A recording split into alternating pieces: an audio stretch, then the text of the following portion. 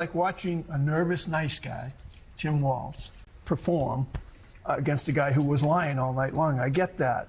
But the other aspect of it that I found interesting is, well, first of all, you know, we know very little in terms of what the public really thinks until we see these polls, and we're surprised by it. But you've got Tim Walz, and all you could think of, and again, back to a baseball metaphor, is roster composition. Tim Walz is clearly a leadoff hitter, Joe. He's a leadoff hitter, and the campaign isn't taking advantage of a good leadoff hitter. His job is to get on base, but in order to get on base, you have to do exactly what Jen was just talking about. You have to talk to people. That's his greatest asset. He's a human being. He's relatable. So he gets off that plane, and wherever it is, Paducah, Kentucky, wherever it is, you go right to the local media and you do a 2 or 3 minute interview with him. It's on the news that night, and people watch him and say, "Hey, he seems like a good guy," which is what the poll shows.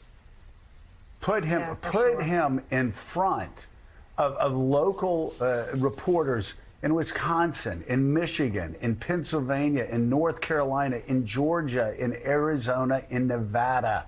I mean, that's the key. And I will say also, Mika, that we're talking about Tim Walz not having a tight answer on an exaggeration about an event that happened in 1989.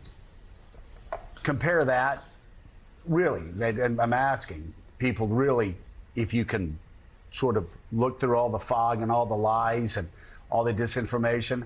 Compare that with the other guy on stage, the Ivy League guy, that was lying about what's going on in his own state, how he's making his own constituents' lives more dangerous, more disruptive, how he's damaging the economy. Yes, Tim Walz exaggerated about things in the past. J.D. Vance is lying in a way that not only hurts Americans' lives today, but makes his own constituents less safe, less productive, less well off. Yeah. That's pretty simple. All you got to do is pivot to the alternative.